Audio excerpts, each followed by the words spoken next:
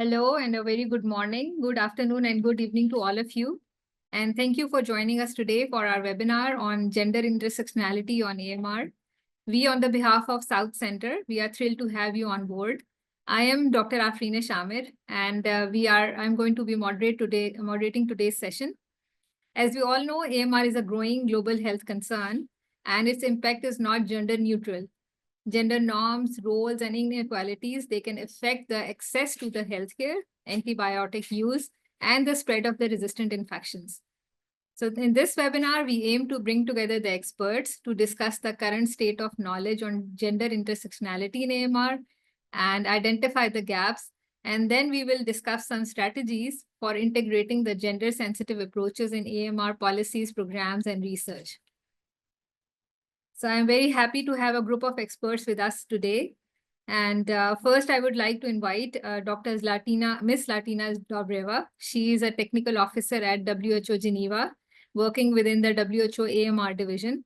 She has been the key person who is involved in developing the document on addressing the gender inequalities in national action plans on AMR, a much needed approach that needs to be considered. As right now we see that countries, they are revising their national action plans, and this document is really helpful to understand that how we can look at the document from the gender lens. So I'm really thankful to Zlatina for joining us today. So the floor is all yours for the presentation. Thank you, Afrinisha, and thank you so much for the invitation. It is a great privilege to be with you here today alongside the other distinguished panelists. I hope you can see my slides. Yes, we can see the slides. Thank you. Fantastic. So today I hope to outline and convince you why it's important to apply a gender perspective when developing national action plans on AMR. And I will take you through the kind of thought process and the overall methodology, as well as the recommendations that we came up as part of developing this guidance document. So our thinking around this issue and recognizing really the importance of considering gender equity and disability inclusion in the development of national action plans on AMR started with the development and publication of the people-centered approach to AMR back in 2023. So this is a new kind of approach that WHO proposed to tackling AMR, aiming to address the root causes of this issue rather than just treating it purely as an issue of drugs and bugs, so to say. So this AMR people-centered approach outlines 13 interventions that you can see listed here, which aim to strengthen health systems to better deliver prevention under Pillar 1, access to essential health services under Pillar 2, timely accurate diagnosis under Pillar 3, and appropriate and quality assured treatment under Pillar 4. And these really build on two key foundational steps around strategic information through surveillance and research, as well as effective governance, awareness, and education. So the development of this approach and the 13 interventions was based on a detailed analysis of the challenges faced by people when seeking prevention, access to health services, diagnosis, and treatment of infections. We looked at the challenges from a health system point of view, but also of the point of view of the individual. And by doing this analysis or this assessment, it became apparent that, as you can imagine, a person's experience along the journey of seeking treatment and care and diagnosis and so on for resistant infections actually is influenced and often exacerbated by social determinants of health, including gender norms, roles, and relations, specifically on which this document and my presentation is focused. But let me give you an example. What does that really mean? When, for example, when we look at prevention of infection, we know that societal gender norms in many countries mean that women are the ones responsible for fetching water, but also for providing informal care for other members of the household. So this kind of social construct around the social responsibility that women have, which is the result really of the gender norms and roles that exist in a society, may result in women coming into more frequent contact with infectious pathogens. When it comes to access to health services, we also know that people in poorer households, and in many cases, this might be also women that tend to have more limited financial autonomy, as they are often responsible for conducting housework rather than being formally engaged in the workforce. People might not be actually able to afford spending out of pocket on traveling to the health facility or actually buying medicines and diagnostics as part of their treatment regimen. So these inequalities in how resources are accessed, in how gender norms translate into these different responsibilities that we see at the household level, can also translate in inequities in the burden of drug-resistant infections.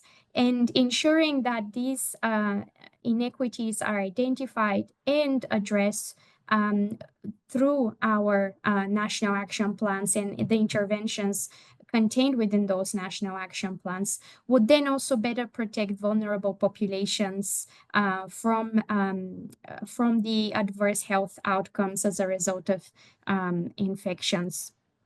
So the document that WHO developed and my presentation focuses on today is really driven by this goal to ensure that inequalities in the impact of AMR are addressed. So the target audience for the document are national and subnational policymakers, as well as technical staff developing and implementing national action plans on AMR, as well as other stakeholders involved in the AMR response. And the objectives are primarily to raise awareness amongst policymakers and technical staff on the evidence on the intersections between AMI and gender, and also to provide country-level recommendations and monitoring indicators to track and evaluate progress in incorporating gender concepts or considerations in the National Action Plan. And our work actually started with a scan of the available national action plans at the time back in, I think it was 2023, end of 2023, when we conducted the scan of national action plans. And we established that actually the majority of those published have no mention of gender, let alone consider gender and the gender inequalities in the design of AMI interventions. There were a few, 19 that briefly mentioned gender, and only one that had extensive references and achieving gender equality as part of its core objectives.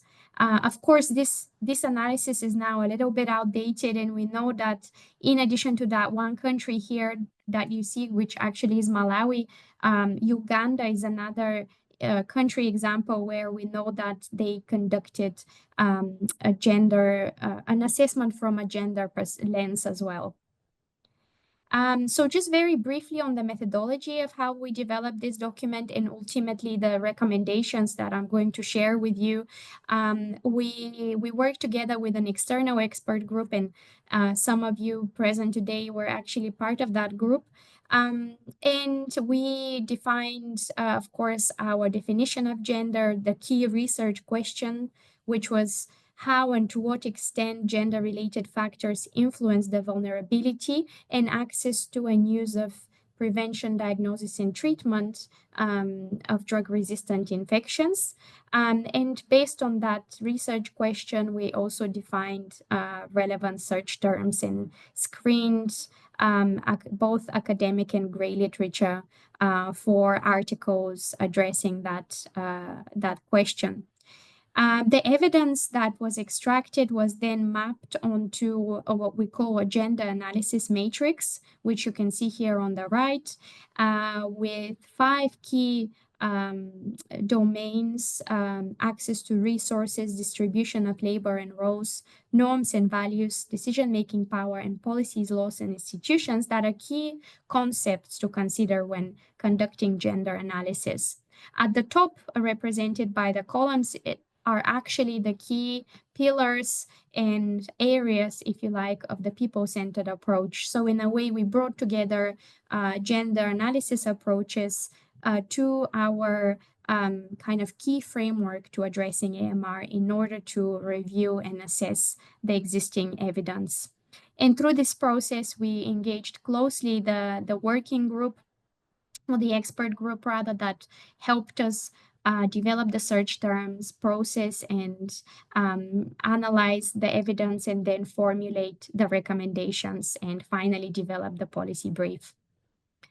So very briefly, I want to flag what are the kind of key areas of evidence that we see, and my colleague Deepshika will present further, I'm sure, on this topic in more detail. But just from a high level point of view, you can see here a heat map of the number of articles referencing different types of evidence falling under the gender analysis matrix. And what we can see is that the majority of evidence lies in the area of treatment, as well as vulnerability to infection. And then there is less prominent evidence in the area of timely and accurate diagnosis, as well as the impact of policies, laws, and institutions. So there is a clear need for more research, and actually that is one of our recommendations around the kind of intersection between diagnosis of infections and gender on the other hand. I think at this point, I also want to mention that the literature review in a way focused on the gender-related factors driving risk of AMR. And so we couldn't conclude whether there's any differences in terms of the risk of exposure or contracting an AMR infection based on the patient's sex, because we purely were looking from a more qualitative point of view at what are the gender-related drivers of AMR. But there's other quantitative studies out there that might help address this question on the relationship between sex and AMR risks. So based on the evidence review, we outlined 20 recommendations for addressing gender inequalities in the AMR response when developing national action plans. As you can see, they fall under the key categories or pillars of the people-centered approach. We have a set of recommendations around effective governance, awareness, and education, which actually highlight the need for greater representation and improve gender balance at the level of governance structures for AMR. We often see that women are underrepresented in those high-level policy committees, and this rings true for AMR as well. There's among the recommendations in this pillar is also the need for context-specific tailored messaging from as part of awareness campaigns that specifically recognize the realities and challenges that specific population groups are facing, rather than perpetuate stigmatization or existing gender norms. So it's about the language that we're using and how we are targeting populations as part of general awareness campaigns. We also have a set of recommendations under strategic information through surveillance and research. And here, an important one to highlight is the need for collecting more data that is disaggregated by sex, age at minimum, but also where possible, other equity-related dimensions such as race, ethnicity, socioeconomic status. But also we highlight the importance of actually analyzing and reporting on the data that is already being collected, regardless of the kind of the results that it highlights, just to raise again awareness of this issue and understand where the risk of AMR might lie. And then under the pillar of prevention, we have a few recommendations related to gender responsive water sanitation and hygiene services, as well as access to infection prevention measures. Under access to essential health services, we have a set of recommendations. And the particular thing to highlight here is the need to remove any forms of discrimination when it comes to, coverage of health service or health service provision, because that can be a key impediment to populations seeking health services as well. And of course, this is nothing new compared to the leave no one behind mantra that we are trying to follow. But again, it's reiterating that message based on the evidence that we have reviewed.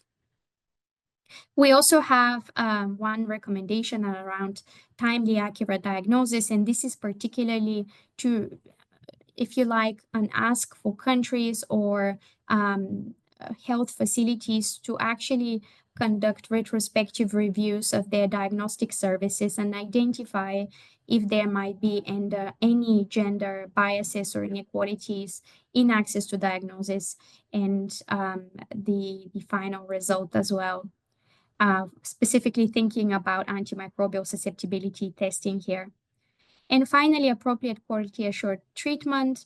Again, we highlight the need for gender analysis in regular retrospective prescription audits, and also to actually think about the unintended consequences of policies or regulations that are curbing the over-the-counter use of otherwise prescription antibiotics or antimicrobials, because from our evidence, one of the key challenges that, for example, women are facing is lack of time, or because of lack of financial resources, they're unable to purchase, antibiotics in the formal sector, or even just attend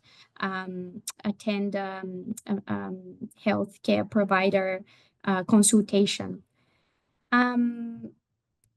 I guess one final overarching message to highlight here is, which will also be really important for tailoring AMR intervention, is to actually capture and disaggregate data on antimicrobial, on AMR infections, but also on antimicrobial use.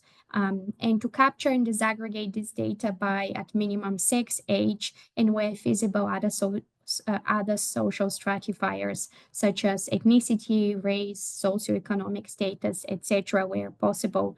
For us, this is a key first step to helping us understand the issue at hand, and then as a result, tailor AMR interventions. Before I conclude, I just wanted to also highlight that the document contains a theory of change, which links the recommendations to 5 pathways of change that you can see listed here.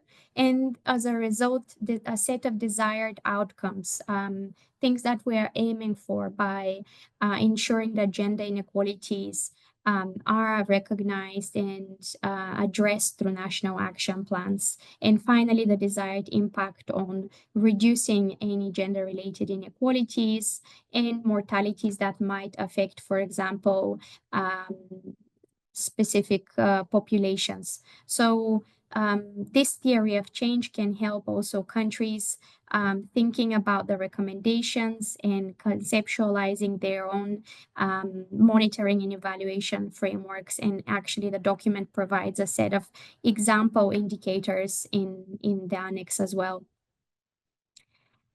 So finally, just to conclude, I think hopefully it became clear that there is a need for more evidence, more disaggregated data on AMR and antimicrobial use based on sex, age, gender, and other social stratifiers. And this is kind of a key finding of the document, but also another key objective of this document is to enhance the awareness among AMR technical staff and policymakers on the issue of gender and AMR, but also of these 20 recommendations that I briefly outlined that can be actioned on as part of national action plans. I think a comprehensive people-centered approach that WHO is pushing forward as well includes gender and equity as part of national action plans. So in order to be people-centered, we need to recognize the gender and equity-related considerations, and measuring the impact of our actions, of our AMA actions, is crucial. And that is why we've developed the theory of change and also proposed a set of indicators as well. And I think there is growing momentum around this topic, as illustrated also by the fact that the Pandemic Fund and the Global Fund grants are beginning to include gender and equity as part of their kind of request for country proposals. So this is also a really important development that would allow actions at the country level to also move forward on this topic. And I think just finally as well to say is the update of the Global Action Plan on AMR that is currently ongoing is yet another opportunity to bring in gender equity and disability inclusion dimensions. And this is something that at least also internally from my team, we're working hard on. So thank you. Happy to address any questions. Thank you so much, Latina. Always a pleasure to listen to you, and I totally agree with you that more evidence is required in this particular area. And that the statistics that you were mentioning in 2023, that only 19 countries, they have something related to gender in their national action plans. I think with the new approach towards the gap and awareness a lot on this area, many countries will be working very closely on it. And I totally appreciate the guidelines that highlights the 20 recommendations and also the theory of change that helps the people to understand that how gender can be linked to the AMR and how can we make use of this document to revise their national action plans. So thank you so much, and we keep you on board. And if you have any questions, we will definitely ask you during the panel discussion. And with this, we move to our second presentation for today. We are very happy to have Dr. Deepshika Bhatija. She is from Indian School of Business, One Health Trust. And thank you, Deepshika, for joining us today. Her research mainly focused on the impact of gender on economic and the health outcomes. And she examines the determinants of the female labor force participation and worker productivity in developing countries. Thank you for joining us, and we would like to hear from your perspective on the gender lens on AMR. Thank you so much, Dr. Afrinish, for inviting me, and Dr. Viviana as well. Good to see you all, and my colleagues Latina here as well.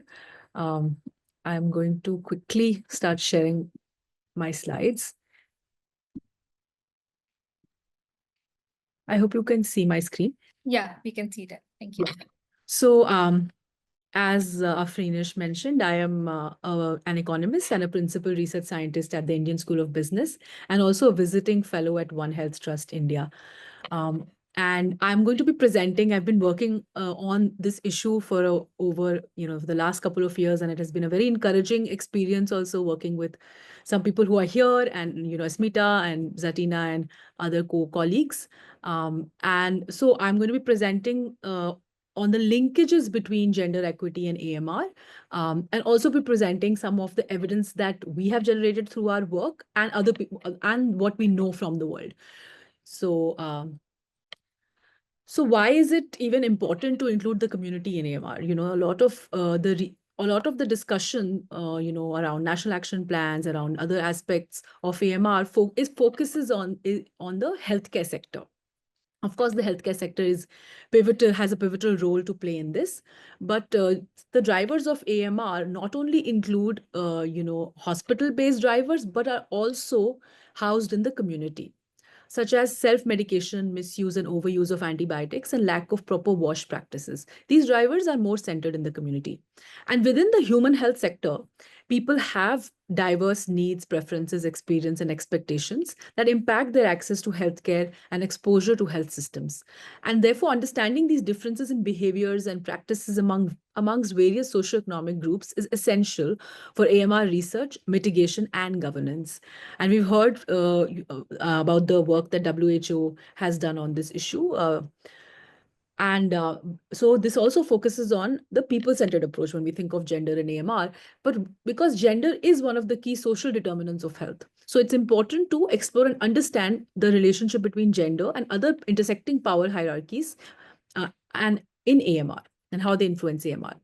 So what are the reasons for gender differences in AMR?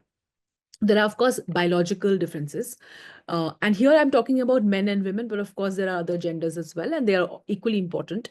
And so women have stronger innate and adaptive immune response compared to men, resulting in men being more prone to microbial infections. So there could be gender differences where men are more prone to microbial infections, but women also could be more prone to these infections because of menstruation, pregnancy, childbirth, abortion, UTI, and STDs, which can increase their vulnerability and exposure to antibiotic use. Then there are behavioral differences, such as men exhibit riskier health behaviors, such as higher alcohol, tobacco, and drug consumption, and women, because of masculine risky behaviors such as condom avoidance, substance abuse, low HIV testing among men, they also, it spills over to them also, and it harms women's health through increased violence, STIs, unwanted pregnancies, and higher antibiotic use. And then apart from these behavioral and biological reasons, there are some cultural norms, socio-cultural norms, adverse gender norms, which also increase women's susceptibility to infections and antibiotic use, which I'm going to be talking about here. And they compound these biological and behavioral differences. So this is a framework that was published recently in BMJ Global Health in collaboration with my colleagues, Dr. Smita Charani and Srishti Goel from One Health Trust. And this provides a framework on how gender norms can influence the AMR outcomes of inadequate access to essential antibiotics, lack of appropriate diagnosis, increased antibiotic intake, and therefore increased AMR. So I mean, this is a work being, we are being hosted by the South Center. So a lot of people who, a lot of us from the South Asian economies know that there are sort of prevalent cultural norms around menstruation, about caregiving responsibilities, norms about suitable jobs for women, son preference, norms that restrict women's mobility to freely access the healthcare, norms related to pregnancy, and norms related to women's ownership and control of physical and financial assets. So there are also norms which inhibit women to go out and work in the paid labor force. Even, I mean, if we really see globally, only 47% of women work in paid work compared to 72% men. And then there are gender biased health systems, lack of adequate representation of women in the medical field, and inadequate research on women's health. All these together, they lead, all these gender norms influence women's lives by reducing their access to safe and hygienic menstrual products, reduce their nutrition levels, reduced access to wash, and prohibit them from participating in the workforce, prohibit them from freely accessing the healthcare system, lead to reduced bargaining power or decision making at home about their own health, and lead to unintended gender bias in patient care and overprescription of antibiotics to women. And there is supporting evidence. If you look at our paper, we provide supporting evidence to this as well. And all these then influence these three pillars of increased susceptibility to infection among girls and women, reduced health-seeking behaviors, including ability to seek and afford essential antibiotics and quality healthcare, and leads to inappropriate diagnosis and management by healthcare providers. So, I mean, you can, this is a framework that we've come up with. Please feel free to read the paper and cite this work. But there's also evidence that is existing on gender and AMR from low-income countries, which I would like to highlight. Most of the literature relies on descriptive analysis and finds that there are low levels of awareness of antibiotics in AMR. So as my colleague Zatina was talking about the fact that she has relied mostly on qualitative research, here I'm talking more about quantitative research, because I'm coming from the economics field, and so the idea is that both of us cover all sorts of evidence that exists out there. So there is some knowledge and awareness of when we talk about knowledge of antibiotics and AMR, we find that there are socioeconomic predictors of this, and people from poor education background, employment, women, older ages, it is related to lower knowledge of antibiotic and AMR, antibiotics and AMR. Our work from Karnataka, rural Karnataka, finds that we conduct a survey of 500 households where we surveyed both husbands and wives in a household, and we find that the wives compared to their husbands had 45% less knowledge of antibiotics in our setting, due to less health information and high caregiving responsibilities. So we also probed the mechanisms. Another study that we have conducted from Vietnam, using data from Vietnam, shows that there is an association between bargaining power, which is decision making at home because of higher education, higher employment among women, and knowledge and use of antibiotics. So we find that women who have higher education and knowledge and are either the household head or the spouse of the household head, so in the household hierarchy, they have higher decision making at home, they have higher knowledge of antibiotics and AMR. So this provides evidence that there is some intersection between gender and other power hierarchies, and because we don't have data on resistance from low and middle income countries, we'll have to rely on these primary surveys that we conduct. So, but there is more robust evidence from high income countries. So this is the evidence that, this is currently unpublished, but this is in collaboration with Srishti Goel from One Health Trust. And this really talks about, this is just descriptive analysis of state-wise antibiotics prescribed to women compared to men in 2020 using IQVIA data. And we find that antibiotic prescription was higher for women than men in almost all the states in the US, as high as 40 to 50%. And when we look at, as we're talking about intersecting inequalities here, we also look at gender differences in areas where there are higher African-American population compared to more white population, using census data. And we find that areas with above average minorities have much higher antibiotics prescribed in general, but compared to areas with more majority population. But the gender difference still exists. So this really shows that it's important to look at gender with its intersection with race, income, and other characteristics as well. Then we also look at age, and we find that boys and girls, and this is county level data from the US on prescriptions, which is from the pharmacy level, it's pharmacy level data. So we find that boys and girls start with the same levels of prescription when they are 0 to 9 years old, but it really diverges with women being prescribed with more antibiotics than men, especially during their reproductive years. Other evidence from high income countries also suggests, so this is the evidence that we have created, and using this IQVIA data, we did further rigorous quantitative analysis, and we find that overall women are prescribed 34% more antibiotics than men. And even after excluding antibiotics used for urinary tract infections, which is a leading cause of antibiotic consumption among women, the difference still remains significantly high at 31%. So we excluded the antibiotics, directed by CDC to be used for UTI. Schroeder et al. Also does a meta-analysis of 11 studies, mostly covering high-income countries, and finds that women are 27% more likely to receive an antibiotic prescription in their lifetime compared to men.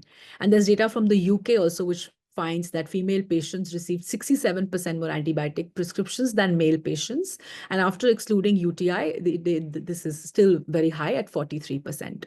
And there's a recent study from the UK, which also analyzes prescription data and finds that for 84% of the antibiotics, women were prescribed more antibiotics than men. So this is about across all antibiotic classes. For majority of the antibiotics, women were prescribed more antibiotics than men, even in the UK. This is a global evidence that we have generated through our through IQVIA data from 70 countries, and this spanning from 2000 to 2022. We have data for about 22 years, and we find that we conduct analysis within country and across countries as well. So within country, if the education of women went up, or within country when the gender gap in labor force participation lowered between men and women, what happens to antibiotic consumption in that country? Because we don't have antibiotic consumption disaggregated by sex, we use overall antibiotic consumption for a particular year for a particular country. But we are still able to analyze and find that an increase in women's education and labor force participation resulted in lower antibiotic consumption in that country. And but we don't find anything for women's parliamentary representation. Because the idea was to look at all kinds of empowerment using education, employment, and political representation and participation data. So these graphs show, it's a downward trend if you see. So we find that as proportion of females with secondary education increases, the DDD per day per 1,000 population falls.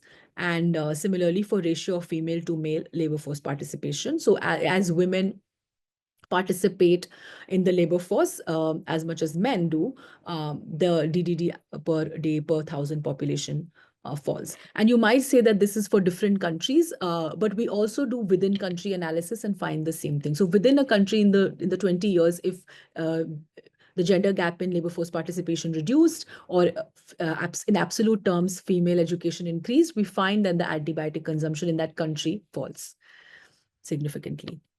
I also want to then really talk about the other groups that I'm a part of, and invite you also write to me if you would like your work to be highlighted, and if you are also interested in these topics. So one group which is called the Just Transitions for AMR Working Group. We are a global and multidisciplinary group with 30 plus program and network members from social science and humanities discipline, representing 16 plus countries. So the Just Transitions framework, which has origins in the climate change domain, especially in relation to labor rights, we are trying to see how we can adapt it to antimicrobial resistance. We have a Lancet commentary piece if you want to read it.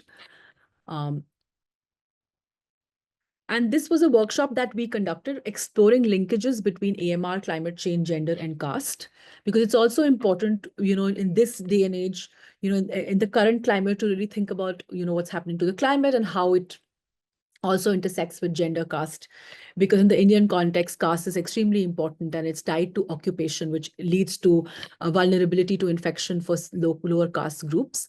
So we invited experts from caste, climate change, gender, and AMR, to participate in the workshop. I think it's one thing that I want to highlight is that I often go to meetings where people talk about other expertise of other domains. So here we didn't want to talk about, I work in labor force participation and gender, but I'm not a caste expert. So it's very important to have people who have the expertise and knowledge. And since AMR is an evolving field, we must bring these people together and invite them to these, and have these collaborations so that they are also inclined to work, because their work is closely related to infections, and infection prevention. But they're not aware that it's also linked to antibiotic prescriptions and consumption and AMR. So this was one of a kind workshop that we did, where we invited people from different expert group, and they were open enough to attend it. And the proceedings from this workshop is under review right now. We also conducted a responsive dialogue meeting in London, funded by the British Academy. And the main agenda of this, and my colleague Zatina is here, who also participated and presented in this workshop, was to really influence GAP 2.0 to include gender and equity concerns in all their pillars, so that, there is when we talk about community, we talk about gender inequity and justice concerns as well. So this workshop was about that, and we are, writing up the proceedings from this workshop as well now. So the policy implications and what the evidence really indicates from the literature is it highlights how women are being prescribed more antibiotics than men in high income countries. From low income countries, unfortunately, we don't have this data, but we do find that women have lower knowledge of antibiotics and AMR in general. And these findings have policy implications for women's health, AMR mitigation, and AMR governance. And specifically, they provide evidence to develop sustainable and tailored AMR solutions that meet the needs of different populations. And when I talk about AMR interventions, it's in across all One Health domains, not just human health. Women are involved in decision making in animal health and are working closely with the environment as well. So when we think of gender inequity, it is actually cross-cutting through all these other One Health domains as well. And for a better understanding of this issue, as my colleague also highlighted, the next step would really be to collect and share anonymized open access data, on large scale sex disaggregated information with intersecting socioeconomic factors on antibiotic use and AMR from the community.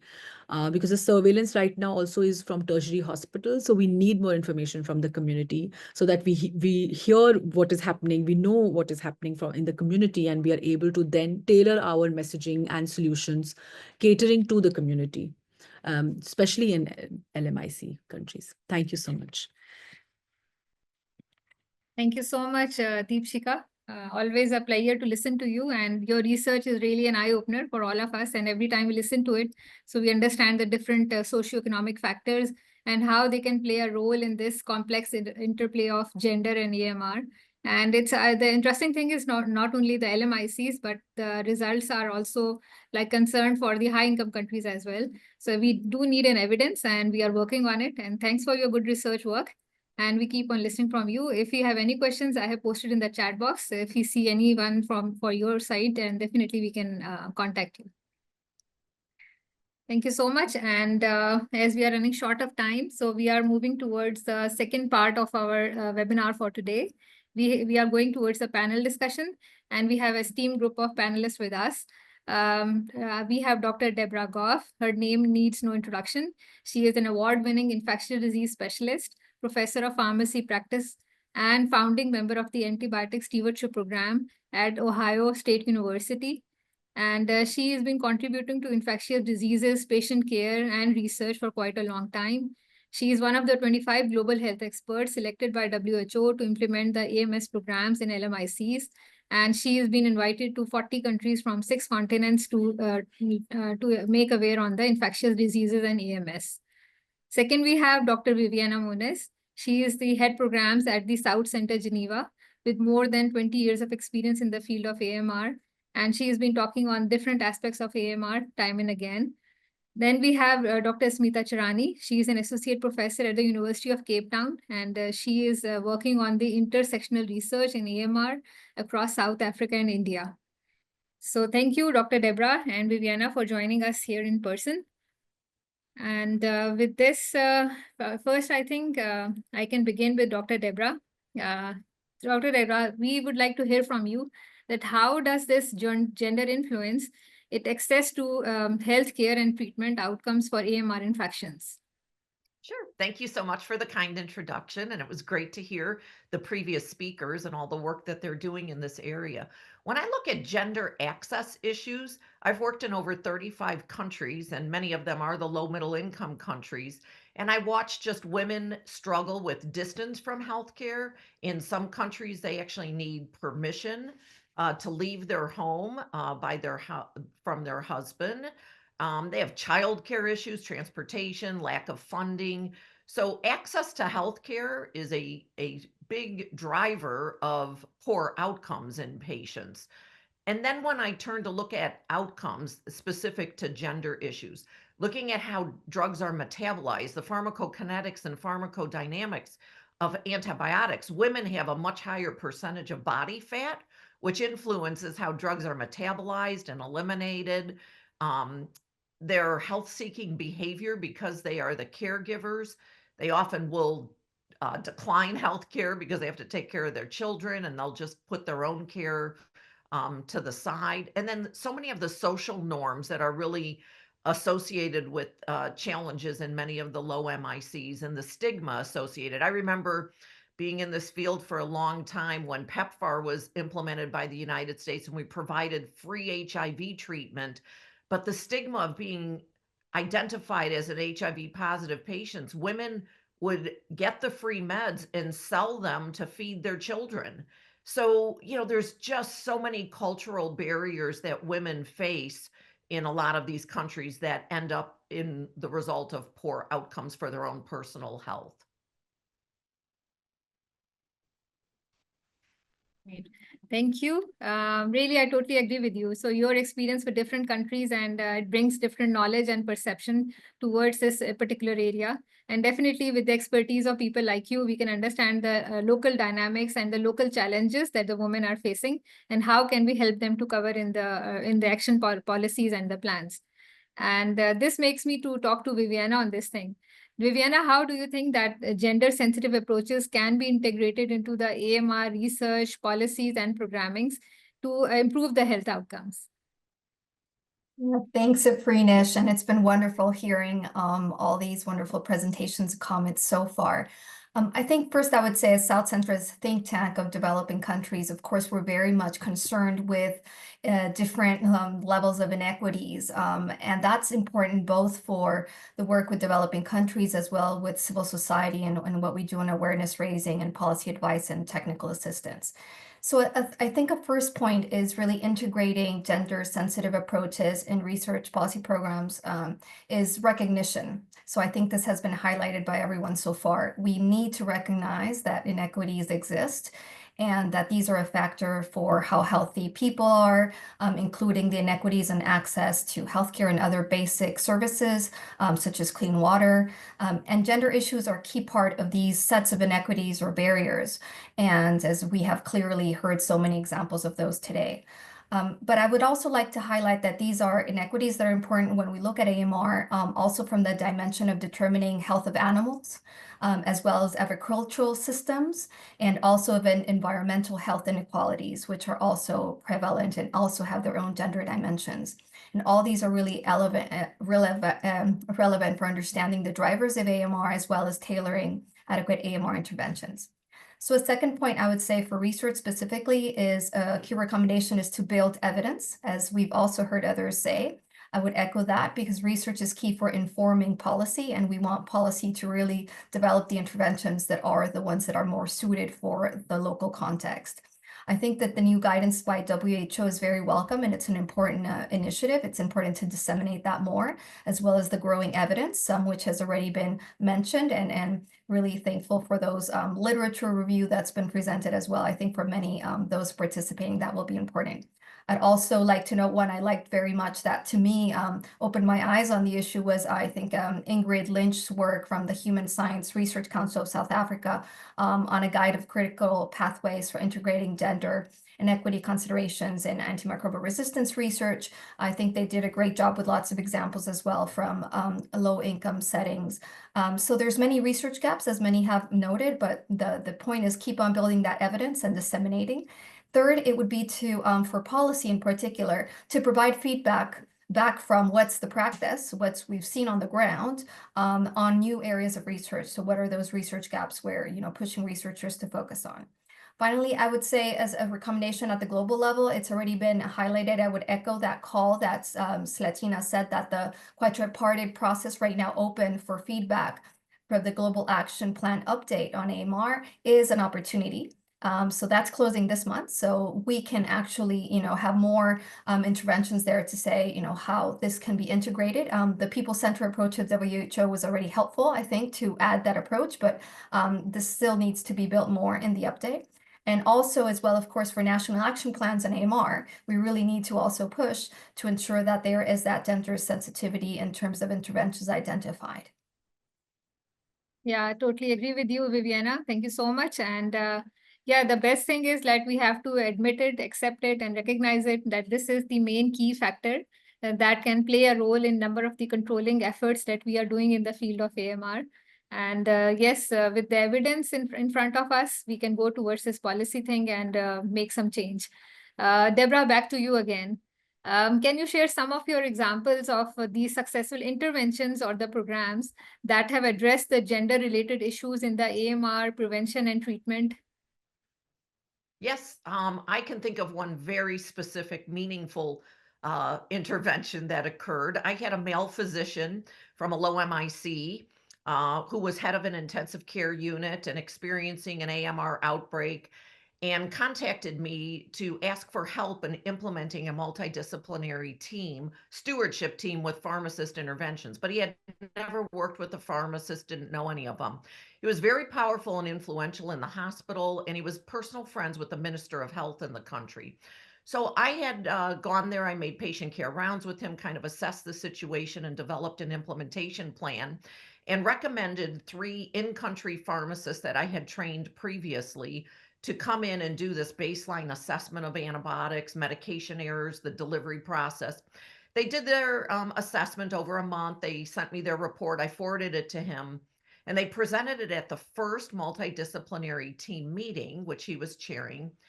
And he literally accused them of misinformation, berated them in front of the team. It was just a horrible experience for them. They were horrified. Their reputations were questioned, and they called me in tears. And I had to contact a senior female in the country to make sure I really understood the cultural issues around this interaction. And then I had to make the difficult call to him. And I chose to say, I understand you do not trust the 3 pharmacists that I trained and sent you. Therefore, effective immediately, myself and all 3 are removing ourselves from this project to allow you to select your own pharmacist. And there was dead silence. And he said, I do not know any. I need your help. So I chose to state, I need, in order to re-engage with you, I need you to do 2 things. I need you to apologize to each of these young women and agree to never disrespect them again. Their only goal is to help you improve the care of your patients. It's a very difficult conversation, but he agreed, and they went on to co-author their work. And he stated he will never work again without a pharmacist. He had no idea their value. So it turned into a beautiful outcome. They remain colleagues. So really my take-home message is I could have easily just sent an email and said, I'm sorry this isn't working out, keep going forward without us or whatever. But I knew that would be a mistake. If you don't address gender barriers head on, they will continue. And once you allow someone, a male in a powerful position, to disrespect you, they will continue to disrespect you. And you enable that behavior. So by addressing it head on, in a respectful way, but I will not allow someone to disrespect me. You can disagree with me, but you will not disrespect me or my colleagues. And it turned into a great, great outcome. Great, nice. It's a very good example and practical experience that you have seen and we have learned from you. Thank you so much. And Viviana, another question for you that is coming in my mind, that you have talked about the upcoming the policies and the governance structures that are improving that are under consideration by WHO. So how can we ensure that the AMR policies and the interventions, they are inclusive and they respond to the needs of the diverse gender identities and expressions? Yeah, that's the big question, right? And I think I would just say that inclusivity starts by design. So inclusive design of policies and interventions is key. That means consulting widely. That means having an interdisciplinary approach and also being inclusive in the evidence base. So have we really done an extensive, read through of what is the evidence that we know that should inform policy, and have we identified the gaps before we start, taking policies? Of course, the experience can also help then inform back to policy, but inclusiveness starts at design. We can't have inclusive outcomes if we did not start with the right process. Thank you so much. And I think we have some recorded points from Smita. Let me share her points with us, and it's always a pleasure to listen from her. Just give me a second. I try to this thing here. Okay, so Viviana, can you see the screen, and is it okay? Hi, thank you so much. And I Okay. do apologize for not joining the webinar in person. There was a misunderstanding about the exact timing in a back-to-back meetings day. Thank you for the great discussions and the presentations from my colleagues. How the socioeconomic factors, for example, income, education, intersect with gender and impact AMR outcomes in different communities. I think Dr. Batija has covered the work that we've been doing together really well, highlighting how some of these examples, these intersecting identities can influence our healthcare access and accessibility to healthcare, but also our social norms and cultural practices. In relation to specifically infection-related outcomes and antimicrobial resistance, different communities are at different levels of risk due to social determinants of health, which are impacted by our intersecting identities, including gender, ethnicity, migration status, access to education. And one of the several of the identities that we have, including race, gender, ethnicity, in any given or caste, in any given community, can have different levels of influence in relation to the position that we have in the family, the position that we have in society, in the workplace, and subsequent to this, the level of access we have to education, to resources, to healthcare. And these will impact our ability to be able to access, for example, vaccination programs, be able to go and seek healthcare for oneself as opposed to making priority for family members. For example, in many societies, women may be considered and take on roles of carers for the family, for other members in society. Even when we look in the workforce, the majority of caring jobs within healthcare in terms of, for example, nursing jobs are, and community healthcare worker jobs are predominantly lower paid and very much female, sort of overrepresented by women. But when we look at the leadership within healthcare, for example, it's still very much overrepresented by men. So these factors do influence our access to our health generally, but also our access to healthcare. And how this impacts AMR can be very different in different settings. In communities and countries where access to clean water, sanitation, and hygiene is still a priority, equitable access to water, hygiene, and sanitation, these can have the gendered effect. Women can be the members of family who have most domesticated jobs and roles which requires them to have access to clean water. It also has impact on where there is literacy, for example, is gendered. So in communities or in countries where there is a difference between male and female literacy, this can have an impact on ability to understand or to have access to campaigns, public health campaigns, including vaccination, including screening, and this can have a negative impact on infection-related outcomes. Of course, women, maternal health and morbidity is closely associated with other inequalities within society, including access to wash, including we're now seeing increasingly with climate change, how it impacts women's maternal mortality and morbidity. So, you know, we have to look at the exposure and spread of antimicrobial resistance and how this is impacted by our identities in different contexts and communities. Another example is when there is a breakdown of healthcare infrastructure or access to healthcare when people are migrants and through times of conflict, again, the impact will be different for men and women. But when we look at where there is evidence collected in high-income countries, there have been reports, even at the level of antibiotic prescribing, how women may be prescribed more antibiotics, even when this is corrected for urinary tract infections, for example, and that female healthcare workers may be less likely to prescribe antibiotics to female patients than to male patients. So there's a lot of things, a lot of concepts within the intersectional sort of aspect of equity in health and healthcare access that we need to better understand. It also comes into the healthcare workforce. The infection control workforce is predominantly driven by nurses who are female. In antimicrobial stewardship programs, there are hierarchies that are based on gender. If in many places there may be a more likelihood of pharmacists also being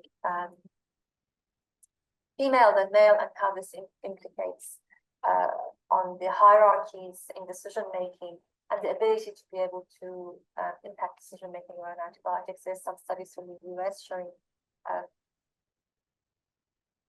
male antibiotic stewards are more likely to have their recommendations taken up in comparison to female antimicrobial stewardship healthcare workers. So I think all of these things we need to consider. And I think Dr. Pateja has already covered these really well. And then the second question for me was, what strategies can be implemented to increase awareness and education about AMR among women and marginalized groups? I struggle with this because I think it puts the onus on the individual versus the healthcare systems. I think healthcare systems and policies and interventions need to be more aware of the inadequacies in access and equity for different populations and those who are considered vulnerable in different communities. And this will vary depending on the context in which we are working. So, you know, we do a lot of knowledge, attitude, and practice studies, CAP studies in different parts of the world. But we, you know, and we ask questions about people's knowledge and understanding of antibiotics, but we rarely actually question the accessibility of health and resources to individuals from different identities and different communities. And I think that's a more important question to ask. So to put the onus back on healthcare systems and those in positions of power who are able to make sure that interventions are accessible for all. So I think, yes, it's important to have awareness campaigns and education campaigns. And if you look at the campaigns already in AMR, a lot of them focus on targeting women because of a lot of the public health campaigns look at use of antibiotics for colds and flu, and the association often is that it's women who take children to access medicines when they have a cold and flu. So actually we are already targeting women in many communities in relation to AMR campaigns, but what we are not focusing on is the drivers for why people with different levels of vulnerability based on their identities may be accessing healthcare differently, and the inequities therein, and the inequities in access to effective antibiotics to treat an infection when it needs to be treated by an antibiotic. So I'm going to stop here because I know there are other colleagues on the panel who want to have a discussion. Again, I'm really sorry I'm not able to join in person, and I hope that, and I'm sure that you're going to have a very interesting conversation with my colleagues. Thank you very much.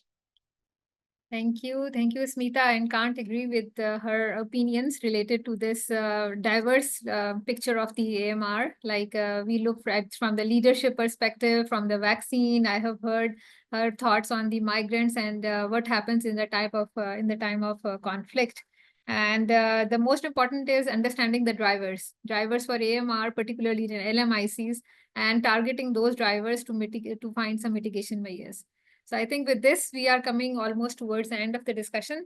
And I would like each of my speakers and participants to have just one last thought.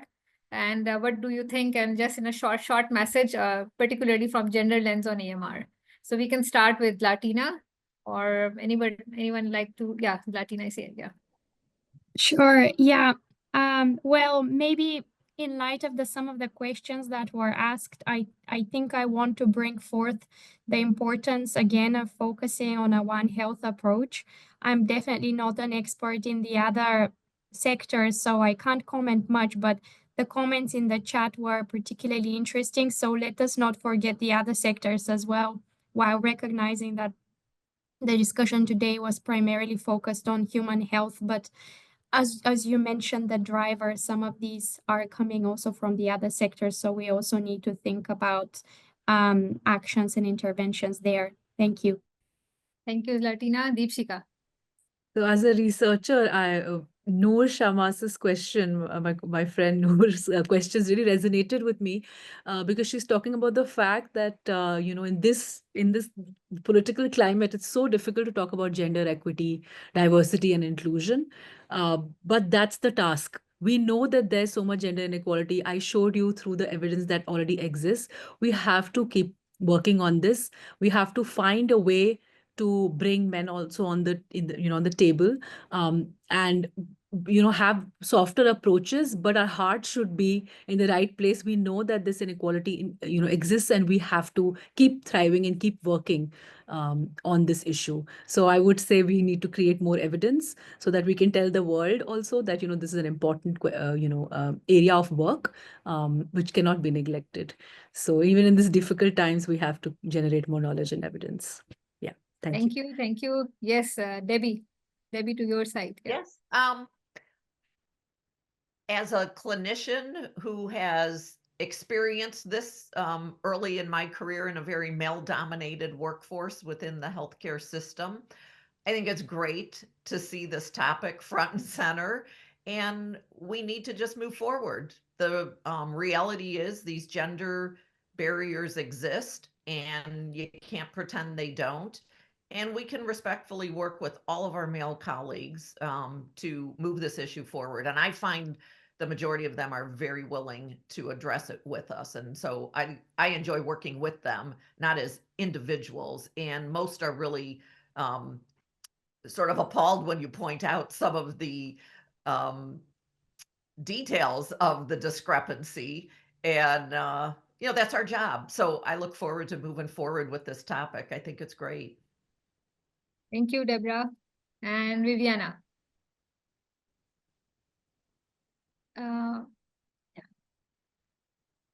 Yes.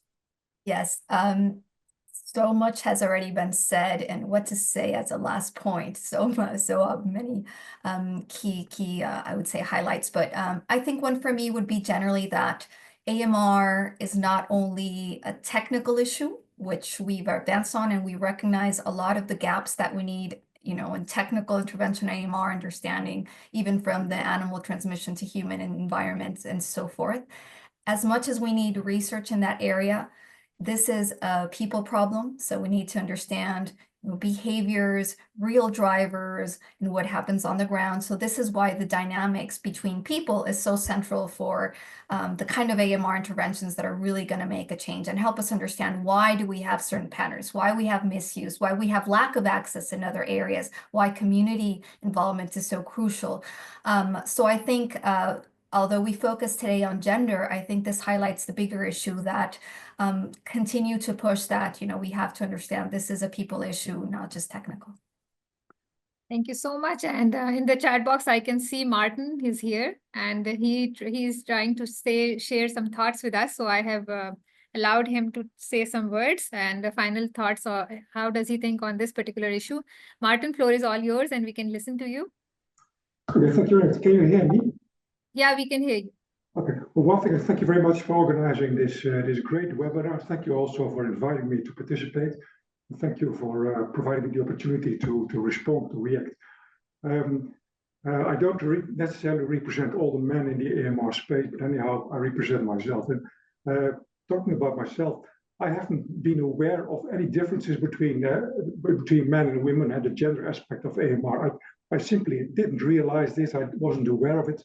And you may know that AMR Insights just post publications on AMR. So we have thousands of publications in a searchable database. And only recently I started to search this database with words like woman or women or female or gender. And then I saw that, well, many publications instead were published, there were many posts on these topics. And well, so for me, an entirely new world, opened. And this was further extended by this informative webinar. The reason I'm saying is that what would be your ideas to generate more awareness, especially amongst men, on the gender aspects of AMR? And my second question would be, would it be possible, would it be feasible, would it be also useful to initiate some kind of a network initiative, center, whatever, related to AMR and gender aspects?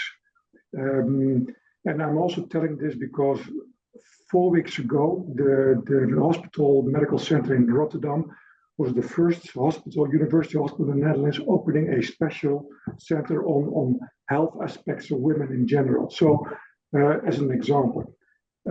So actually 2 questions, and already now I can say that the Mindset is very much willing to support any initiative or whatever. Thank you. Thank you, Dr. Martin. And we totally appreciate your comments. And he has 2 main remarks related to the creating awareness in men towards this particular area of AMR and gender. And second, about that, about his idea and thoughts on creating a network on this particular area of expertise. So floor is all open. Any of our expert can answer this or share the thoughts. Yes, Deborah. I would, so Martin has an amazing network that he's already been running. And Martin, I would just recommend we add this to your existing network. There's no reason to start a new one when you have such a huge global presence to increase AMR awareness. So I would just add it as another part of what some of the amazing work you're already doing. And I think all of us on this panel would be happy to contribute. I will state that WHO document, Zatina, that you started with was not a document that I have seen before. And the graphics and the concise, to the point recommendations in that, I will certainly read it. But, you know, I work in this area and I never saw it. And so I think use of social media, other ways to promote this, definitely needs to be there because, you know, I missed it and I work in this area and it looked amazing. So there's a lot more work. And Martin, I think just, you know, posting that WHO document would be step 1. And then we can all, I use X to promote a lot of work. I'll continue to put a link to that out there, and using our own networks. I mean, you know, your work in India is amazing, what all the studies you went through. So Martin, I see just taking the studies that were presented today and putting them on your network with links. What a great contribution that would be. Yeah, happy to post publications by WHO and by whatever. Just simply email them to me or the link, and then I will post them and also include them in the AMR newsletter. Sure. And maybe related to this, as some of you know, I'm also involved in an initiative organized by the Fleming Initiative in the UK and CISIRO in Australia, called the AMR Trailblazers, especially to select women active in the AMR arena worldwide. And I'm also involved in follow-up discussions on how to come to a sort of a shortlisting of these women. And I'm most happy also to bring in there, the ideas discussed today in order to come to some more kind of a sustainable, initiative or whatever. And I assume this is also in your interest. Thank you, Dr. Martin. And I can see Latina. Yeah, maybe I can comment. Thank you for the excellent suggestions, Martin and Debbie. Also really nice to meet you, by the way. I think such fora like this ones are really important to raise awareness of our documents. Last year, we did have a kind of global launch of our document and we distributed it among our networks. But of course, they only go as far as the kind of people we know. And it's so important to continue talking about this topic right now when from a WHO standpoint, we're seeing increasing pushback on language that includes gender and equity in various global documents. So it's really important, and I'm more than happy to be involved and help support, push outreach on this. Thank you. Yeah, Thank you, Latina. Deepshika, yeah. Yes, nice to meet you, Martin, and Debbie as well. So we are trying to, one document, one pivotal document that we know is the GAP 2.0, which we are all trying to influence. So Latina, Esmita, and some of us who have been working on gender in AMR for the last couple of years are trying to influence the GAP 2.0 with specific recommendations on gender and equity. So I mean, once that article comes out, we can share that with you also. Once that pick, and hopefully GAP will also, then get, at least, we're trying to talk to the quadripartite and try to influence them as well. So if they include it, it'll really set the stage. So that's one aspect. If not, then we have to influence national action plans, because that is the document that people really go to. I mean, from our end, we are also trying to, I'm hosting these workshops. We've hosted with Esmita in Cape Town. I've hosted several in India, one in London, and this kind of workshop led by Afrinish is also a very good way to highlight the work. And the network, it's a handful of us really. And the document that Zatina is talking about, Smita and I also contributed to that. So if you want a network of people who are working on gender in AMR, we can really help you figure out the names, because we've Great to already hear. been working together. It's a very active and supportive group of people. Thank you. Thank you so much, Deepshika. And I can see some interactions happening in the chat box. And I thank you so much for sharing some of the email addresses where we can see gender-related documents, both from Haley and also from Martin. And people can connect, and people can always contact me or Viviana, and we are always available to support and propagate this topic in forward. So with this, I think we are all over the time, and we come to the end of session for today. And I appreciate all the participants and speakers for joining and contributing to this very meaningful discussion. And thank you all the audience for joining us today. And we hope you find this discussion very informative and insightful. And stay tuned for future webinars as well. Thank you and have a good day. Thank you so much. Thank Thank you. you. Thank you, you. everyone. Thank you. Thank you, everyone.